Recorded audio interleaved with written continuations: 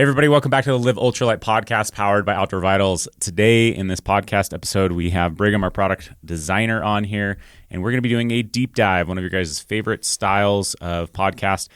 And it's an interesting product. It's something that Brigham, as you noted, it may not take us a full hour to go over. And I would kind of believe that there's a lot of companies out there that just may not even have bothered to do a podcast for this product, but for us, it matters, right? So for us, everything matters when you're up on the mountain, when you're out in the wilderness. The performance of every single piece of kit that you have matters. And so we're going to take the time to go through the specifics on this, what makes it truly great, truly unique. Maybe we'll talk about use case scenarios a little bit so that you can get an idea of why it stands out to us and why it's a product that we're willing to stamp and release to the public. Because, again, in our minds, every piece of gear matters, even if it is just your leggings. So today, we're going to be talking about the Highline Thermal Leggings and just breaking those down. So, Brigham, how you doing today? Doing well. Doing well, hanging in there, enjoying the fall crisp air that's upon us. It's getting it is getting nice. The mornings are actually nice again. So like when I go out and run or hike in the mornings, it actually feels nice. Right. We're headed up the mountain. 4 of the team members and me are headed up today to do some fast packing, and it's so nice up there. As they're up there over the weekend and getting close to changing leaves, and it's just that crisp, clean air. I feel like every time you go up the mountain, that's at least what it feels like. So it's a great time to be out. It's also a time to start thinking about layers a little bit and some of those kind of things in your kit. So it's a good time to be talking about thermal leggings. So I guess let's just start off with the background of this product and what we were hoping to design when we set out with this project. Obviously, we already had a thermal legging before with the Dragon Wools. That's a full zip-off piece, meaning you can leave shoes or boots on. You can completely zip it off of your body.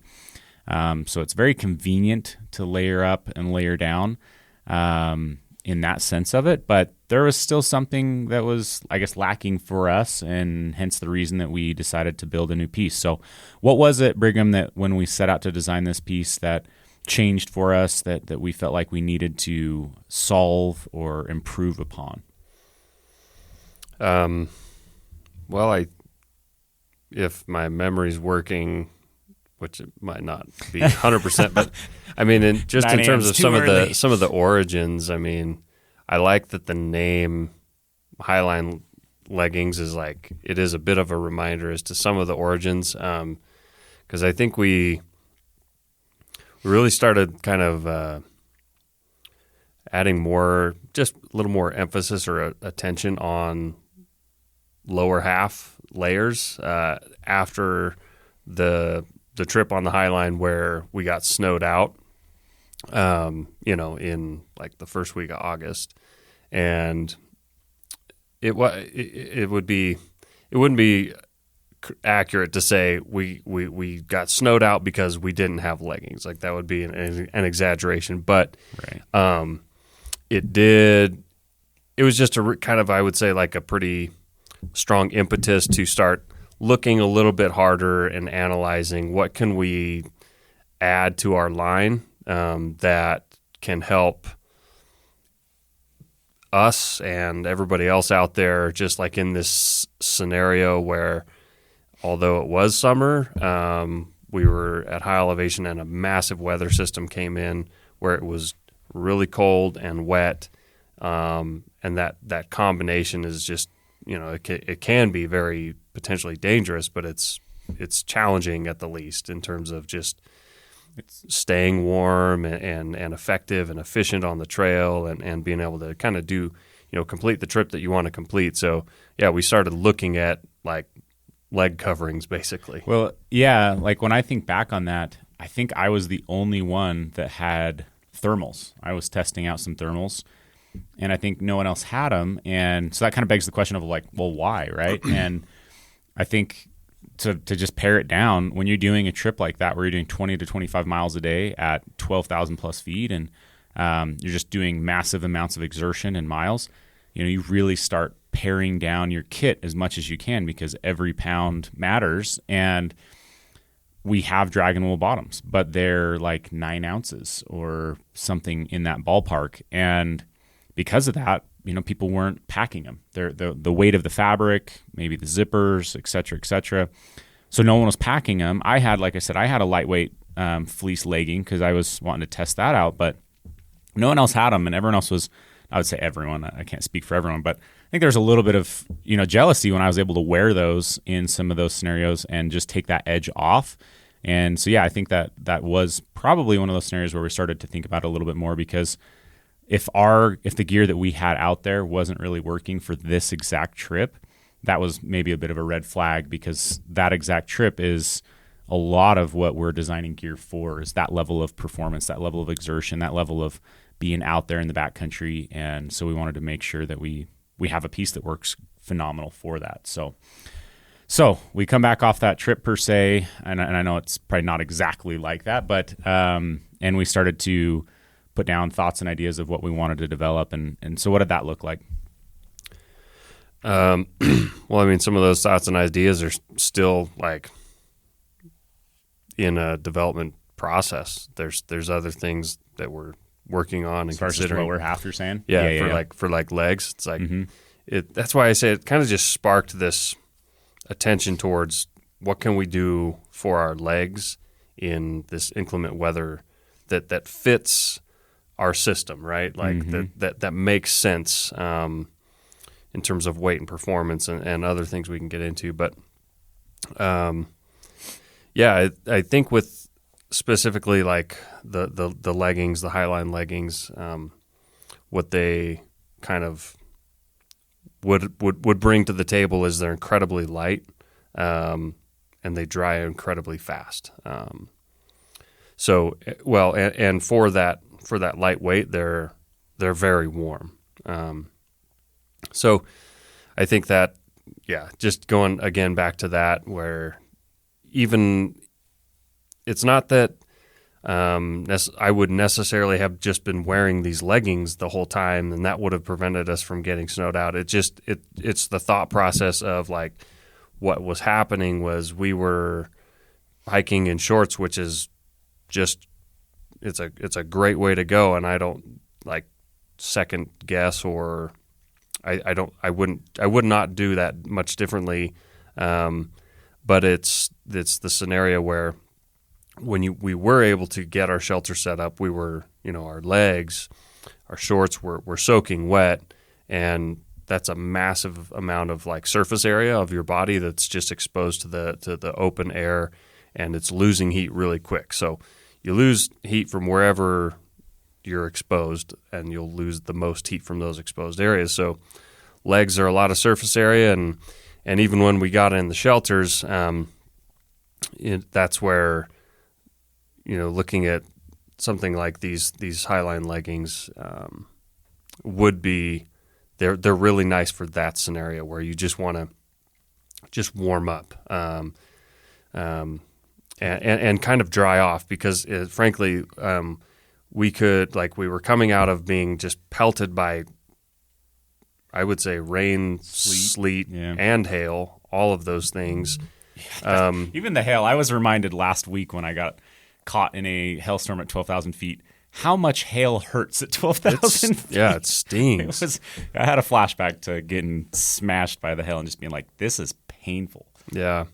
So, once you get in the tent, your legs are damp at best, if not just kind of soaking wet, and being able to have like an immediate boost in body warmth or in warmth is pretty crucial, and so that's where these make a lot of sense, or would have made a lot of sense, is that for how little they weigh, meaning we could pack them on this long distance, short duration trip, it makes sense in terms of bulk and weight, but they would have, they provide an immediate, like, significant boost in warmth And also with the dampness, like say, the legs are wet or damp, as soon as these are put on and they start trapping body heat, that body heat actually starts drying out our legs. And so there's a couple things going on at the same time where, they're warming us up, but they're also drying us off at the same time, which it compounds and increases exponentially. So the more we warm up, the drier our legs become, and that helps us warm up even more. And so that's where the warmth and the weight and the quick drying ability of the leggings is what's really, really significant. Yeah, I mean, I think like the best piece of gear, like it's almost like I'm thinking of this quote from cameras, right? It's like, what's the best camera you can have? And usually the answer is the camera that's always with you, right? And I think that's part of what make these so amazing is I just rolled these up, those of you that are watching on YouTube, and they're like the size of maybe 2 pairs of socks, like smaller socks, or one like big puffy pair of socks is about the size of those. They're under 4 ounces, and it's just something that's so easy to take with you. And we can get into a bunch of that, but I do want to get into, because I want to get into some of the use cases, how we use them in our systems. But before I guess I get too far down that, I do just want to talk about what they offer, right? Because obviously it's like in this scenario we're talking about, it's not like they're water resistant or anything like that, right? Like there's still more layering system to come from us. But what they do offer is they take the edge off of that cold. They're extremely warm for their weight, and they're just super versatile, I guess. A lot of times something can be versatile just because it is lightweight, or because if you have it, then you're going to figure out different ways to use it. But I want to, I guess, talk a little bit about what the fabric is, what some of the design features are, and then we can really talk about how that applies into the field, I feel like. So when we started this off, we were looking for a legging that we could wear underneath shorts, over the top of shorts, underneath pants, to take that edge off and really be that next to skin layer that, just like Brigham was talking about, that can pull moisture off of you, regulate moisture on the skin, which is one of the best possible ways to regulate your temperature is to regulate moisture with the base layer. So a lot of it had to be like, okay, it needs to be quick drying, it needs to be able to pull moisture off of you, and really be that like next to skin item that takes the edge off of any cold. So if you're wearing them with a short and there's a little bit of a breeze, like you're going to notice that these are on. Are they like windproof? No, they're not. They're not that kind of a piece, but it just takes the edge off. If they're underneath the pant, if you're layering underneath the pant, they're going to be very warm in that scenario, right? Because you've got something that's going to block the wind a little bit more, and then these are a little bit more lofted next to skin. So when we started to explore different fabrics and different items, we looked at heavier weight items than this. We looked at a lot of really impressive fabrics, amazing fabrics in the hand, as far as hand feel, as far as like a very premium feeling piece. And there's just a lot of options out there. And essentially, as we boiled it down and down and down just to performance, I would say, like, what are you getting for the weight, and how likely are you to take them, and just started to go through, even durability, do they hold shape, things like that.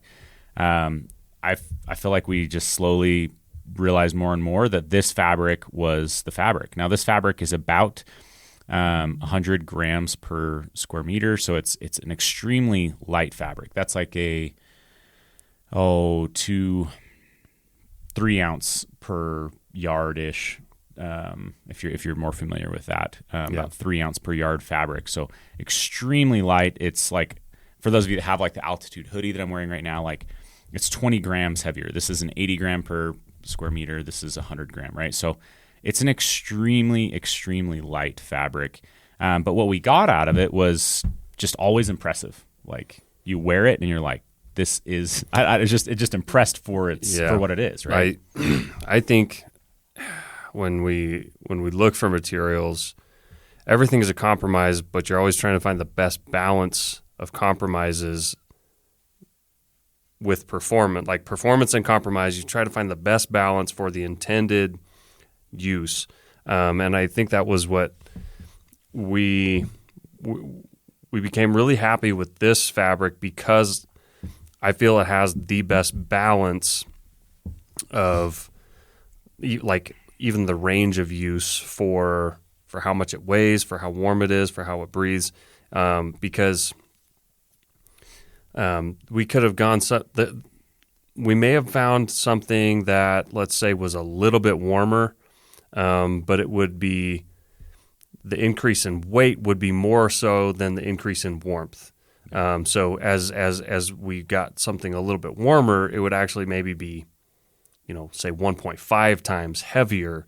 And so we were kind of losing on the balance there, and it just didn't make sense. But I feel like we've got a really good balance with this fabric because, part of the balance is also not just performance, but usability in terms of year-round. So it wouldn't make sense for us to just come out with something that you could only use in the summer or something that you could only use in the winter also. A lot of the Western U.S., winters are long, but that didn't strike the right balance for us either.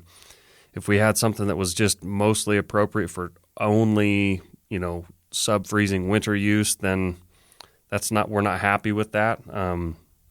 It just didn't seem that sensible or usable. And so I think we have a really good balance with this fabric that for frigid wintertime use, using it actively, it's got to be pretty darn cold to hike with a pair of long johns, thermals, leggings underneath a pair of pants without overheating.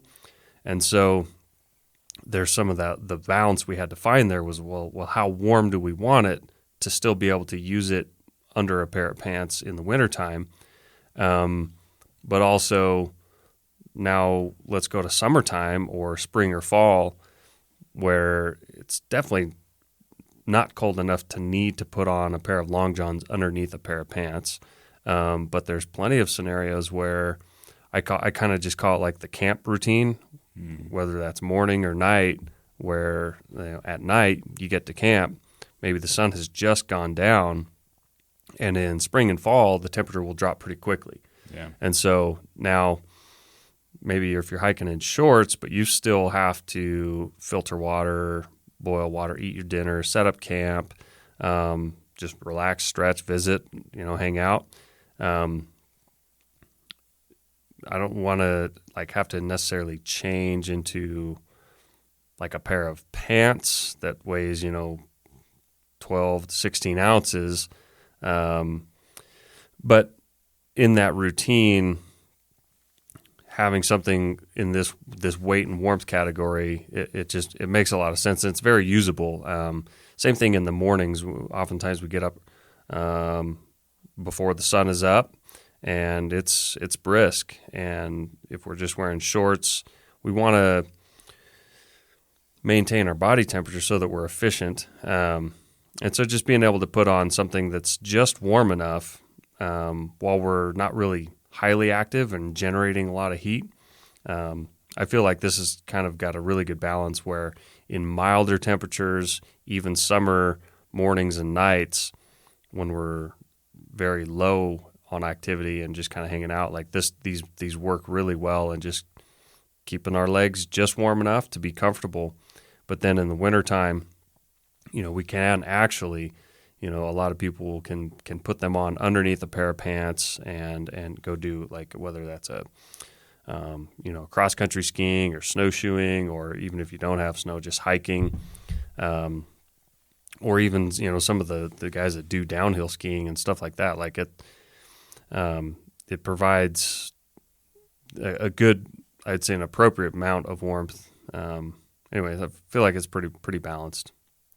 Yeah, I mean, and I think with that we need to talk a little bit about what the fabric is, right? Because when you say legging, you can think of like I don't know what I'm trying to say, just a woven single piece of fabric per se that's more like I don't want to say like a tight, if that makes sense. Well, yeah, I think that's the the terminology that was like frequently used back, I'd say like 10, 20 years ago, was people would talk about like silk weight base layers. And they're pretty similar to like kind of the weight and the fabric type that the altitude is, where it's just, it's not lofted by any means. It's just kind of thin. You can almost call it like t-shirt level thin, but it's just there. It takes pretty the edge close off. fitting. And actually that's on that Highline trip.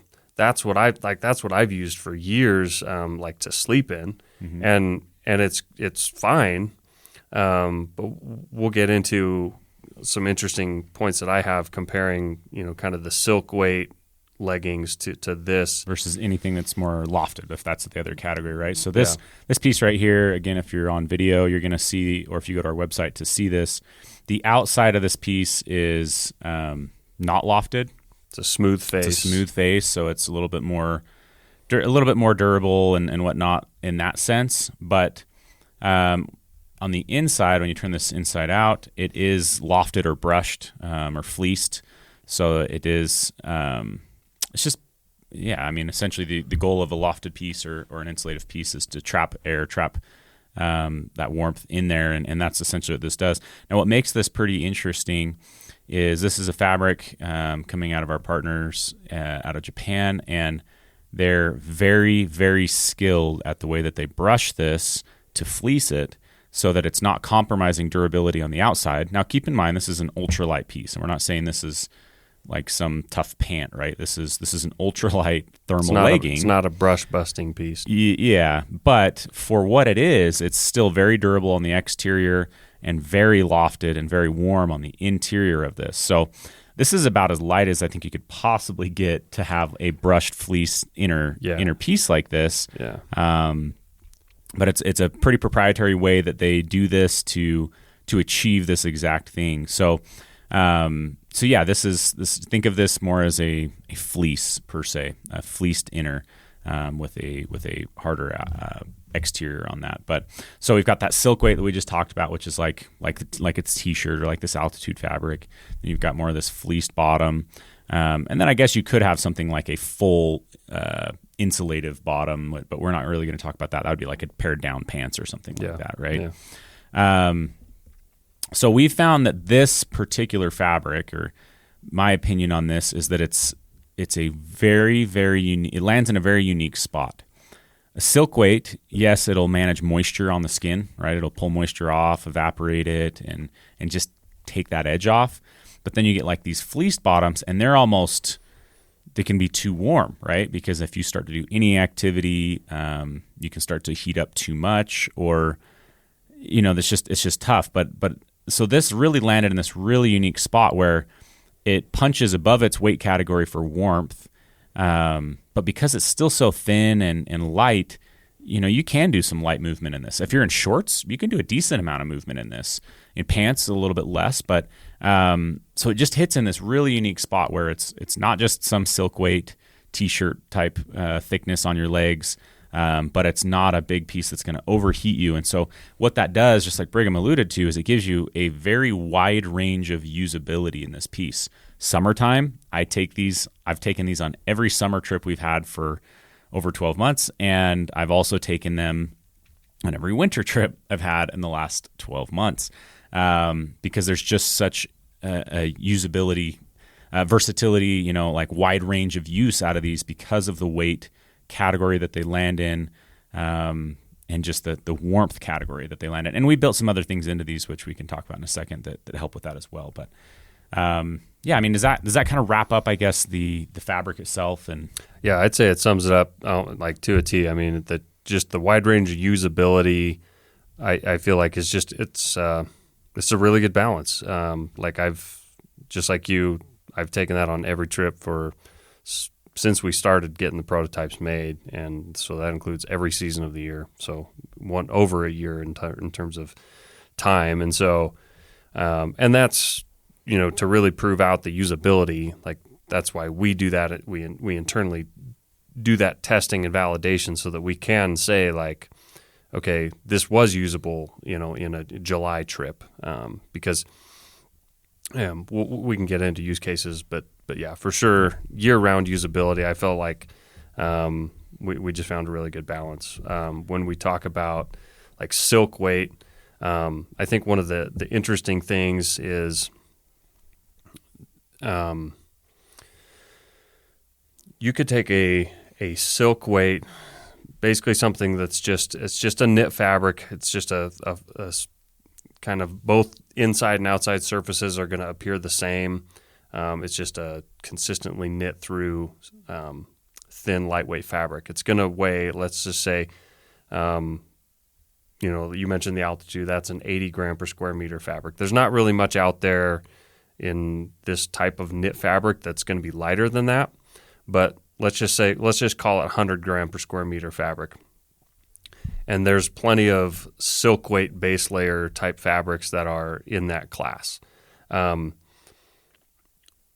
The interesting thing about this fabric and the Highline legging is it's the same weight, but it's like 2 to 3 times warmer. Yeah, 3 times warmer. So at least. kind of that's where the interesting thing is like we can do, we could take a really lightweight fabric and just make a pair of leggings out of it. But if we compare them, weight for weight, like one is just going to be way warmer than the other. And so it's not like they're warmer because there's a weight penalty.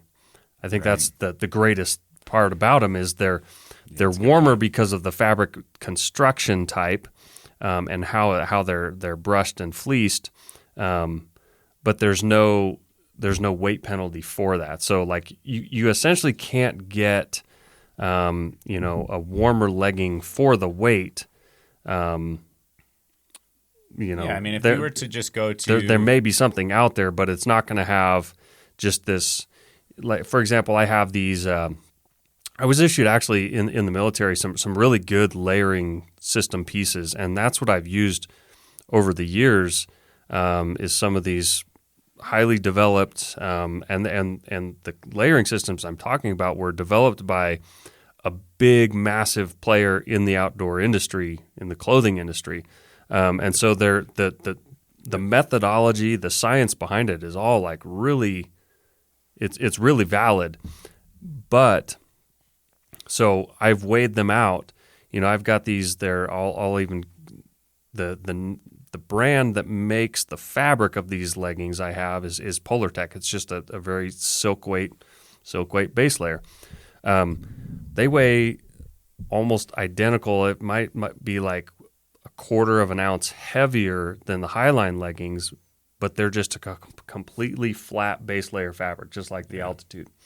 So weight for weight, they're half the warmth, and so there's just no gain, And so I think that's what's one of the interesting things about the Highline leggings is there's this significant gain in warmth for zero gain in weight. Yeah, I would agree 100% with that. It's these are in the class as far as weight goes with those pieces you just described, but they're punching, I would say, like 2 to 3 times at least in a warmer, above that weight class as far as warmth goes. It's really phenomenal, and it's something we've proved over and over again just in the field, right? Just through experience. But so I'm glad you called that out, because most pieces that are fleeced like this are going to start at about 150 grams per square meter, right? And we said this one is at 100 grams per square meter. So it really just, for 50% less weight, we're still getting a fleece, impressively warm piece. And the reason for that is it's really hard to take such a thin, lightweight, and low density knit fabric and brush it without compromising it. Yeah. That's why there's not very many fleeces even close to this weight category, just because it's just hard to do. And so it's not very cost effective for a brand to do it. And I think that's like to the point of what these are going to cost versus, if you went down to Walmart and bought a silk weight base layer, right? Like there's going to be a massive difference in price. One's going to be $20 and one's going to be, closer to 80, right? So there is a lot of technical skill development that goes into just the fabric portion of this, let alone the different pieces we put into this. So All right, so let's talk a little bit about the cut, the length, the waistband, and then the gusset. So, just walk us through kind of how these should fit, how long they are, and go from there.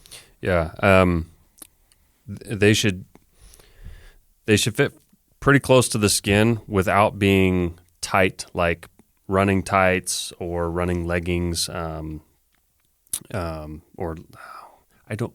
What do they call the leggings that a lot of the women wear just out everywhere? Leggings. Are they just leggings? Just leggings. They're not that Lululemon leggings. Yeah, they're not that form fitting, and we don't really want them to be. But they are supposed to fit. No, dude. There's a whole nother category now that's getting developed in that. I don't know if you've seen those that are like these like we probably shouldn't get into this. Like they're like literal name is like booty something. You know what I mean? And they're just like all like super tight and technical. That just these are not designed to like enter crevices and exactly. Reveal that's a good certain. Oh my god! Anatomy, or I don't know. Not supposed to do that. You did not want to make your butt look big in these, is what I'm hearing from you, Brigham. That was not the design intent. Nope. Okay. So moving on from TikTok trends here.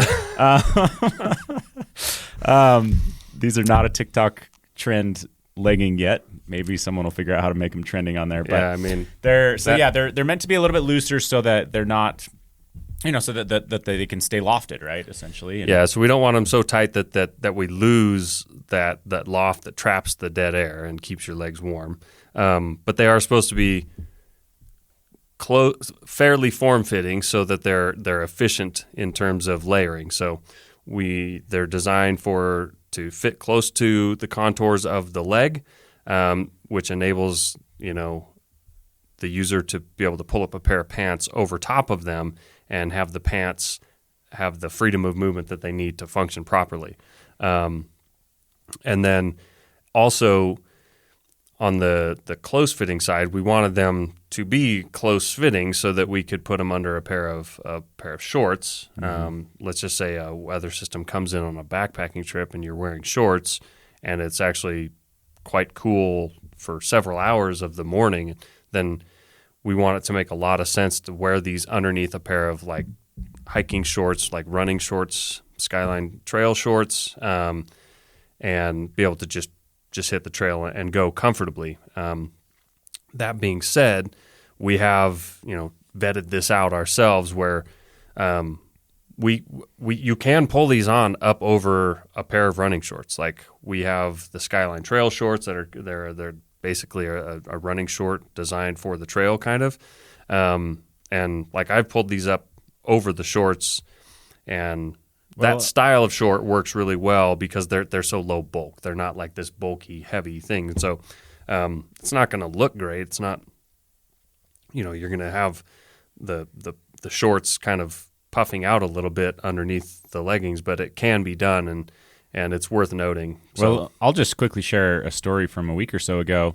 I was out doing some sportsman activities with my brother. We were clear out in the wilderness, and what I like to do now, and this is kind of for both sides of whether it's just backpacking or whatnot, but I'll typically bring, I guess this isn't totally true, but for this scenario, I had one pair of underwear, and then I had Skyline trail shorts. And I use those Skyline trail shorts almost like they're boxers. And so when I'm doing my actual hiking to get into places, I'll just wear those shorts because they're lighter, they're very quick to move in, and if I sweat and get them smelly, like I'm not worried about that because I have this other pair of shorts that I can wear for other things. So what I ended up doing one of the mornings or more is I don't remember if I slept in them or not, but I was just using those Skyline trail shorts like they're basically boxers. I had the line version, and I was like, well, it's going to be cold, but I know I'm going to be peeling these back off pretty soon because I got a hike ahead of me. So I pulled the Highline leggings over the top of those, and then I put a pair of pants on too. And from it, I don't know about visually, right? Like I'm not checking myself out in a mirror, 10 miles into the backcountry, but like from a performance standpoint, like I did not even notice that I had the Skyline trail shorts on underneath it because they're so light, so thin. Like they're basically the weight of a lot of people's boxers, right, on a scale. And so then as the day went on, morning got up, and I decided to go do this hiking section, I just could peel off my pants and my thermals, and I was sitting there in my Skyline shorts. So you really can, like, they do fit over the top of something as light and thin as the Skyline short, or the design intent was that mainly they'd be worn underneath pants or underneath the shorts. But yeah, just wanted to throw that out there as kind of a use case scenario. I really liked it because then I didn't have to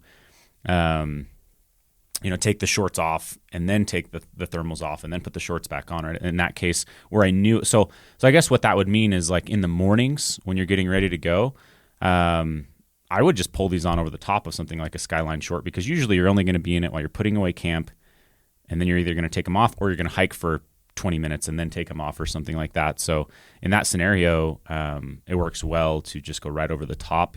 But for the most scenarios, we are advising, I guess, that they're designed to fit underneath the pant or the short. Yeah, I just think it's kind of helpful for people to know, like, what they can do. You know what I mean? Like, Totally. Sure, they're designed to most of the time just go under everything, but don't hesitate to try. You know, I mean, because everybody's body shape and dimensions are going to be a little bit different, so they're going to fit me a little bit different than somebody else. But for the most part, I think the way we've described them is what to expect. Full length? Yeah, full length. They should hit most people just above that ankle bone, the ones that kind of stick out above your foot. And so if you're wearing like a mid-cut sock, it's going to go right to that. Mm-hmm. If you've got like a low-cut sock, it probably wouldn't reach down that low. Waistband on this. Do we use this waistband on anything else right now? Nope. So this is a new waistband. I don't know how to describe this other than it's just a very thin, comfortable, stretchy, nice waistband. Yeah, it's not ribbed or anything. It's just a smooth inside and out. Not bulky. Yeah. So it works. That's one thing with layering, right, is if you start to get any piece that's bulky and you're adding more and more layers, it starts to add up. And then let's talk about the gusset. So we did gusset these with a crotch gusset, but we didn't just do that. We added in a new piece of fabric right here. We swapped out the main fabric of this for a different piece of fabric. So talk us through what we did there and the why. So that's just an even lighter weight, thinner, more breathable. I call it a mesh. It's kind of a mesh fabric. I call it mesh because technically it's classified as a mesh, but it's not a mesh that is like something you're going to see on the back of a backpack pocket or something like that. It's not see-through. It's like an eyelet knit mesh, and so it's the point being is it's for a little bit more breathability and heat dissipation in the crotch gusset area, just because that's the hottest area of our lower half, and it's actually better to facilitate extra breathability there rather than retain it. There's very few scenarios where it's beneficial to retain the heat that exists in that area, especially on multi-day, longer duration trips, because bacteria, odor, all those things, they can start to cause problems. So, yeah, we just wanted to have a little bit higher breathability in that area. And it's noticeable. It is noticeable in both ways that you would be using these, right? So obviously when you're walking and hiking, it's going to create some venting in there, which is beneficial. Like Brigham said, that's the hottest part of your body, and it only takes one hot spot to make a piece uncomfortable. So by venting that area, it extends the range of use of the product pretty significantly. And then the other one is for those of you, everyone listening to this probably will fully understand this one, but if you get into a top quilt or a mummy sleeping bag, your legs are together, right? They are pinned together for the most part, very little spacing there. And so what gets hot right there in the crotch area gets very, very hot. And so since these are a piece that we sleep in a lot, and again, we'll get into use cases in a minute, but sleeping in these, it is noticeable that it keeps that area from getting overly hot, because every little bit helps in that scenario, right? Your legs are just pinned in, and it's hard to get any breathability in there, and and you can overheat there for sure. So it's very noticeable both for sleeping in and for activity. And again, the whole idea is, extending the range of use, extending the comfort of this piece. And I think that adding that gusset in was a very smart and useful thing to do. So not just adding the gusset, but the fabric specifically. So, all right, I think it's time to get into some use case scenarios. How do we use these? When do we use these? Just anything like that. So, why don't you go, I guess, and we can kind of start with summertime, I guess. Yeah. I definitely am a believer that base layer bottoms or leggings should serve two purposes. One is as a base layer to provide warmth in cold temperatures, but also to be something to sleep in. I don't think they should be separate. I don't think they should be two separate pieces. I think that a thermal legging or legging should be used to sleep in. There's a lot of, I wouldn't say a lot, but there is a school of thought that it's not necessary to pack, clothes to sleep in, that we can, even if we got a bunch of sweaty clothes from a day's hike, that we can, just get in our sleeping bags and sleep them dry. And that does work.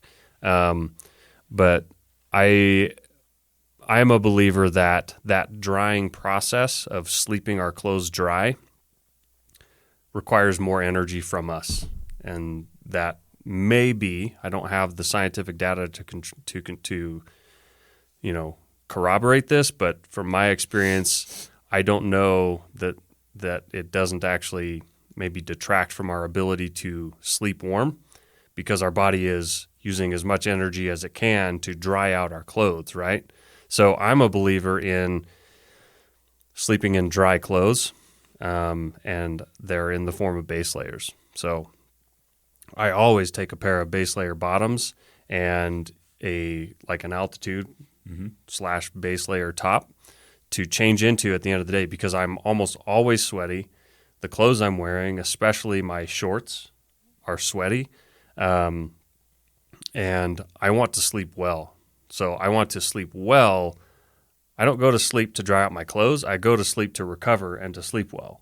Mm-hmm. So that's why my belief is that base layer bottoms should be sleeping bottoms as well, because I've just proven it out for myself so many times where I've gotten to camp and my legs are soaked from rain or sleet or snow or hail and wind, or sweat, and I am starting to shiver, and it's summertime, but I want to immediately feel warm. I don't want to feel warm in an hour. I want to feel warm in 30 seconds. And so when you ask about summertime, that's my use case. Is these are half of my sleeping system, my sleeping clothes. So 100% of the time I get in the tent, I just take my shorts off and I pull these on. And it's instant.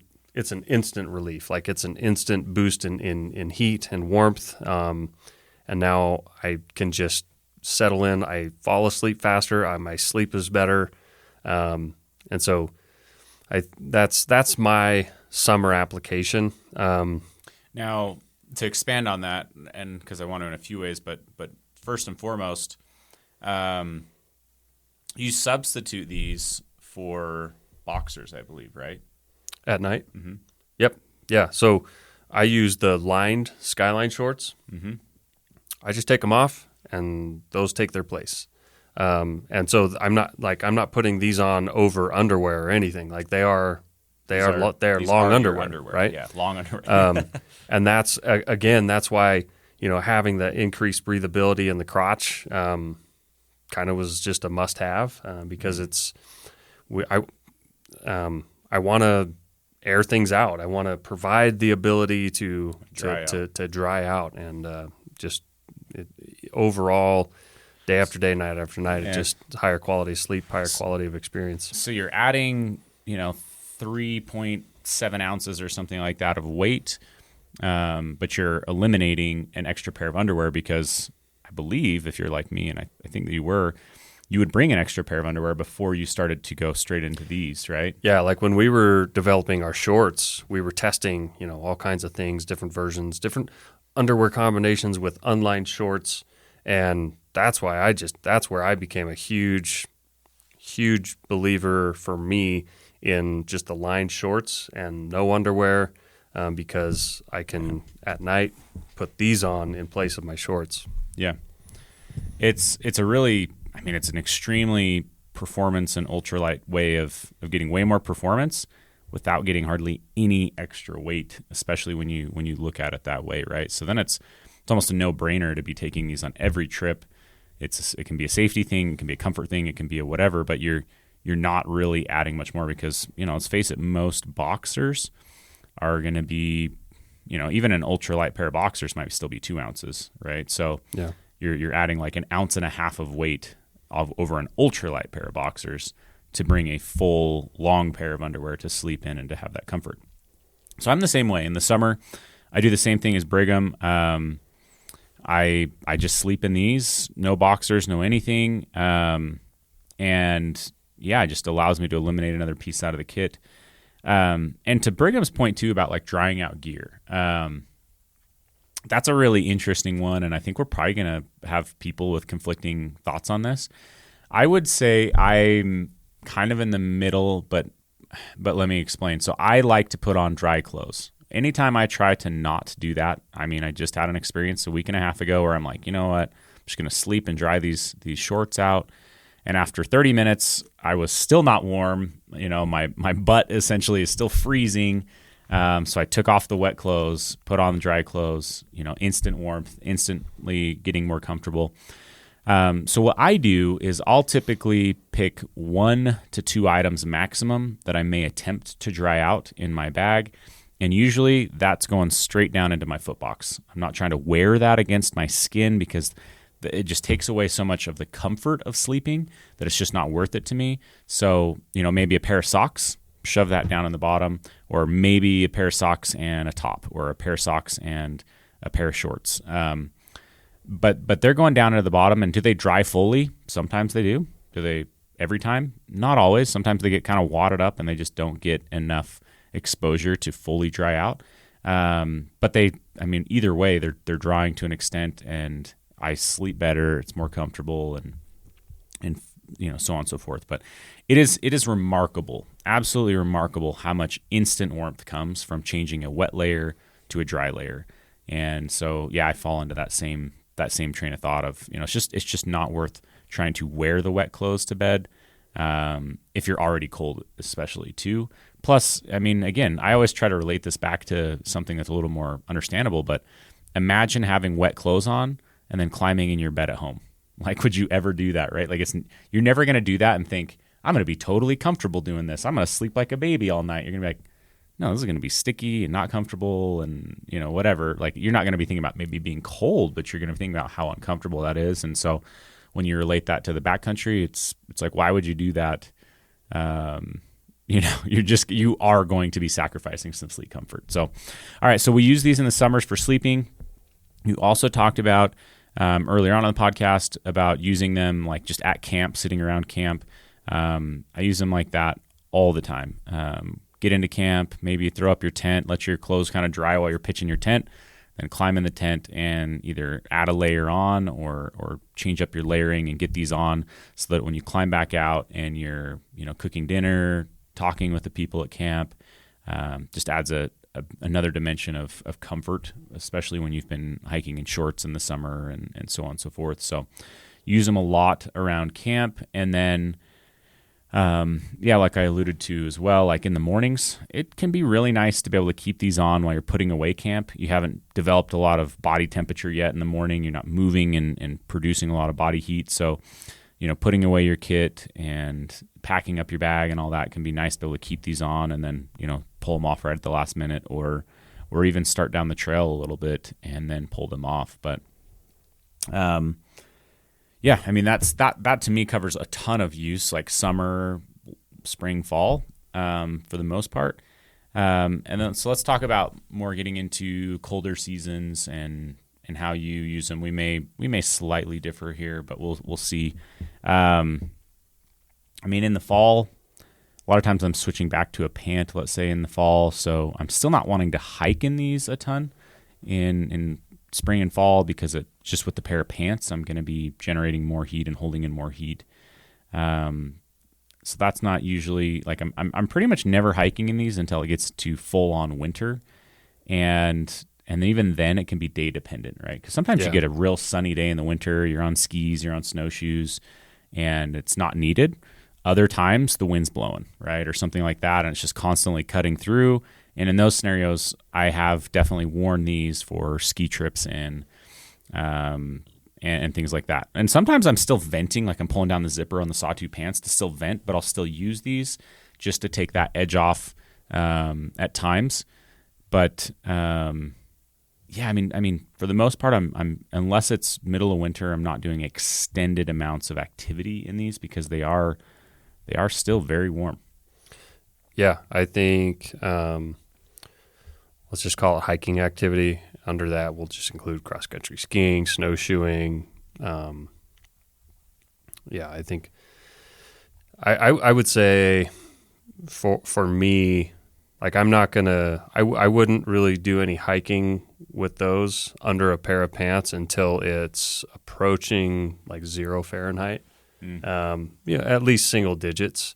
And again, the wind factor is going to factor into that decision as well. If it's 8 degrees, not including the wind, and it's 15 mile per hour winds, that's frigid. So I would likely be hiking with these underneath a pair of pants. If it's 20 degrees and I'm on snowshoes or cross country skis, that's not cold enough for me to need to wear them underneath a pair of pants. This category of user is much slimmer than I would even say like winter backpacking, but in the mountaineering, so like the alpinism where people are like kind of over 5,000 meters, that, I don't know, 15,000 feet, and they're doing wintertime, maybe 1 to 2 night climbs. Temperatures are going to warrant the application to wear these underneath their soft shell pants as they're going up a mountain, because that use case, there's a lot of stop and go, and so when they are going, they're really putting forth effort and using those leg muscles, but then they're stopping every once in a while, and so definitely the colder it is, the more appropriate they'll be to use underneath a pair of pants. But then it's almost like as soon as you get to camp, they become like instantly usable because it is so cold. And then I would also add, for sure, 100% of the time, like I'm sleeping in these on any winter trip for sure. And that is one area where I don't. I mentioned I have this, belief that, base layers should be also sleeping clothes, and I mentioned the thing about drying clothes out versus just sleeping. Now, in the wintertime, I will actually sometimes sleep with my pants on over my base layers, and that's like a really good warm setup, because by the time I've put these on underneath my pants and set up camp, like the sweat has dried off. All right, there's not much sweat to begin with, but it's dried off. And so it's actually just a really handy way to use the layers that I already packed in by wearing them, meaning my pants, and those looser pants over the closer fitting leggings create dead airspace themselves. And that's actually a pretty warm setup that I've found works pretty well for me in the wintertime.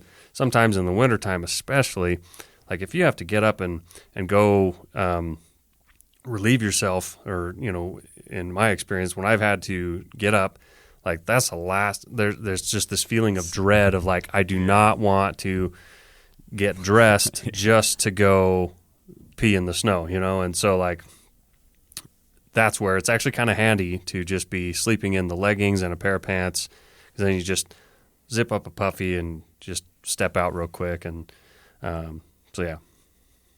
Yeah, I think just for going back to sleeping really quick too, a lot of people probably don't sleep in a full-length bottom right now. They probably sleep in shorts, sleep in boxers. So I just want to talk for a second about why I think sleeping in something like this is more comfortable. Number one, a lot of you guys are probably sleeping in top quilts by this point, and what a top quilt's known for potential drafts, getting some drafts in there and whatnot, and having a full-length anything I think is going to just be helpful with that. If you do get a little bit of a draft, it's not going to hit you or sting you as much per se with a full-length piece like this. But the other thing is there's this mentality or thought process that if you don't have any clothes on the bottom of your body, but you're sleeping in let's say a lightweight hoodie or something like that on your upper half, you get this differentiation of temperatures between your upper half and your lower half. And then even that can create discomfort that will affect your sleep.